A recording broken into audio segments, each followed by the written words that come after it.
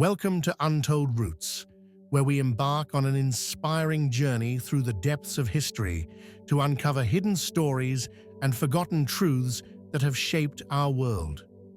Together, we explore the intricate tapestry of life and the phenomenal connections woven within it, illuminating the forces that have influenced our present and will guide our future. Join us as we reveal the untold stories that enrich our understanding of humanity and the intricate roots that connect us all. Before you go, don't forget to like this video if you enjoyed the journey, subscribe to the channel so you never miss our next deep dive, and leave a comment below sharing your thoughts or questions. We truly love hearing what you think. Your support helps keep Untold Roots growing, exploring, and bringing you more hidden stories and fascinating truths from around the world. Thanks for being part of this journey with us.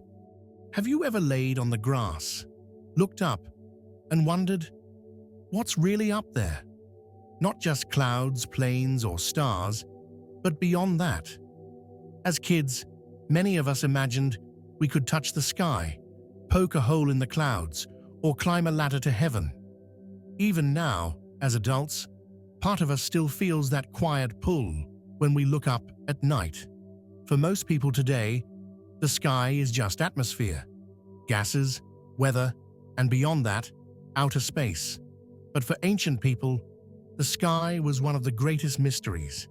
It wasn't empty. It was alive with meaning, power, and divine order. Today, we're diving into one of the most fascinating ancient ideas, the firmament. Was it a solid dome, a cosmic ceiling, a spiritual boundary, or something even deeper? By the end of this video, you'll have a new perspective, blending the biblical creation story, the Book of Enoch's vivid visions, modern atmospheric science, and why some people still find the idea believable today. Let's begin. Part 1. The Biblical Foundation. Let's start at the very beginning, the book of Genesis. On the second day of creation, God says, "Let there be a firmament in the midst of the waters, and let it divide the waters from the waters." The Hebrew word here is rakia. It comes from a root meaning to hammer out thinly, like metal spread into a sheet. So ancient Israelites pictured the sky not as empty air, but as a solid dome stretched over the earth. Above the dome were the heavenly waters. Below, the earth, seas, and all living things. On the fourth day, God set the sun, moon, and stars into this firmament, like carefully placed lights in the sky. Psalm 19 says, "The heavens declare the glory of God. The firmament shows his handiwork." To the ancient mind, the firmament wasn't just physical. It was a sign of divine craftsmanship, a testament to cosmic order. Ezekiel's vision takes it even further. He describes the firmament as a glittering platform above angelic beings, supporting the very throne of God.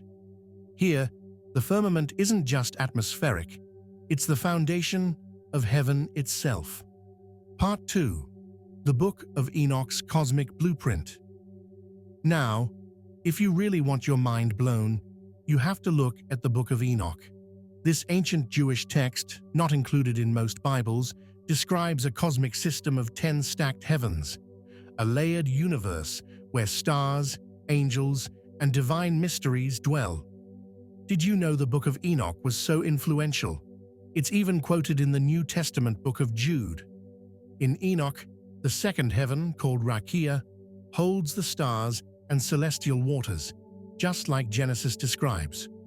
The third heaven, Shebir, is home to angelic overseers who manage seasons and time. Higher heavens contain realms of blessing, judgment, and divine secrets. Enoch describes chaotic regions beyond the firmament, where rebellious stars and angels are imprisoned. He writes, "A place which had no firmament above and no firmly founded earth below. It was a waste, a horrible place." In other words, The firmament marks the boundary between order and chaos, between creation and cosmic judgment. For ancient people, this wasn't fantasy. It was their best attempt to explain the world they observed. Why did the stars move predictably? Why did the seasons change on schedule? Why didn't the sky fall? Part 3. Why some still find it believable. Now here's the question. With all our scientific knowledge today, why do some people still find the idea of a firmament compelling?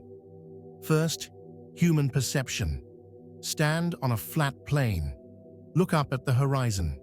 The sky really does appear like a giant dome wrapping around you. That visual impression alone has fueled centuries of belief. Second, cultural consistency. Ancient cultures worldwide, even without contact, described similar dome-like skies. To some, this suggests a shared truth rather than coincidence. Third, philosophical meaning. The firmament model offers a sense of purpose and design. It says the universe isn't random. It's structured, ordered, and intentional. That appeals to people who feel science alone doesn't address life's bigger questions. Fourth, scriptural loyalty. For believers who hold to a literal reading of Genesis or Enoch, accepting the firmament isn't just about cosmology, it's about faithfulness to divine revelation. And fifth, mystery and anomalies. Some point to modern mysteries, atmospheric anomalies, certain rocket behaviors, or unexplained sky phenomena, as signs we may not fully understand our skies yet. While science has solid explanations, these claims keep the debate alive. Part 4. Modern Science's Explanation. Let's bring in the science. We know the atmosphere has layers, not walls. The troposphere is where weather happens. The stratosphere holds the ozone layer. The mesosphere is where meteors burn up. The thermosphere interacts with solar particles and creates auroras. And beyond that is the exosphere, fading into space. Stars are distant suns. Rain comes from the water cycle, not from heavenly windows. Seasons are due to Earth's tilt, not to angelic timekeepers. We've sent rockets, satellites, and space probes beyond the atmosphere. We've mapped the universe in ways ancient people couldn't imagine. But here's the key. Ancient cosmology wasn't dumb. It was observant. They built their models from what they saw and felt. We've just expanded on that foundation with new tools and knowledge. Part 5. Symbolism and meaning. For many today, the firmament remains a symbol of separation between the human and divine, a symbol of beauty, structure, and meaning in a vast universe, a symbol of humanity's eternal quest to understand the cosmos. It reminds us that no matter how advanced we become, there's still something awe-inspiring about looking up at the sky. We may explain it with science, but we still feel it with wonder. Part 6. Islam's view of the firmament. The heavens in the Qur'an. Before we close, let's take a look at how Islamic teachings describe the firmament. In Islam, the firmament, often called the sky or heavens, pronounced sama in Arabic, is described throughout the Qur'an, pronounced Qur'an, and classical interpretations as a grand, purposeful structure created by Allah. The Qur'an often refers to the sky as a ceiling or canopy raised high above the earth.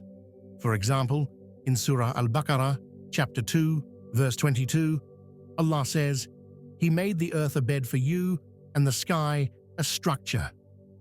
In Surah Ghafir, chapter 40, verse 64, He calls the sky a ceiling. The heavens are described as flawless, with no cracks or faults. Allah invites people to look again and again at the sky to see if they can find any flaw, emphasizing its perfection, as mentioned in chapter 67, verse 3. One of the core concepts in Islamic cosmology is the idea of the seven heavens, seven layers, one above the other. The Qur'an says, "It is Allah who created seven heavens, and of the earth a similar number," found in chapter 65, verse 12. Classical scholars like Ibn Kathir, pronounced Ibn Kathir, debated whether these heavens are stacked domes or separated by space, but most agreed they are distinct layers, with the lowest heaven adorned with stars, as stated in chapter 37, verse 6. The Qur'an also describes the heavens as being held up without visible pillars, chapter 13, verse 2, and chapter 31, verse 10.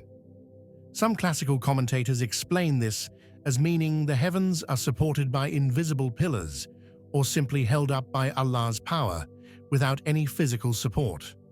The firmament is also portrayed as a protective barrier. The Qur'an calls it a protected canopy in chapter 21, verse 32, suggesting it shields the earth, possibly alluding to the atmosphere's protective qualities and the vastness of the heavens. The Qur'an compares the size of paradise to their expanse. Chapter 3, verse 133. In Islamic tradition, the sky or firmament is not just a physical object, but also a sign of Allah's power and wisdom. The Qur'an mentions that at the end of times, the heavens will be torn apart, showing their solidity and the magnitude of the final events, as found in chapter 42, verse 5. Overall, Islam presents the firmament as a magnificent, orderly, and protective structure created by Allah, flawless in design, layered across multiple heavens, and serving as a powerful reminder for humans to reflect on the Creator's greatness. So, what do you think? Are these ancient descriptions just symbolic, or do they still hold clues we're only beginning to understand? Drop your thoughts in the comments below. We'd love to hear how you see the firmament across faith, science, or personal belief. And don't forget to like, subscribe, and share this video. Your support helps Untold Roots keep uncovering hidden stories, forgotten truths, and the deep roots shaping the world we live in today.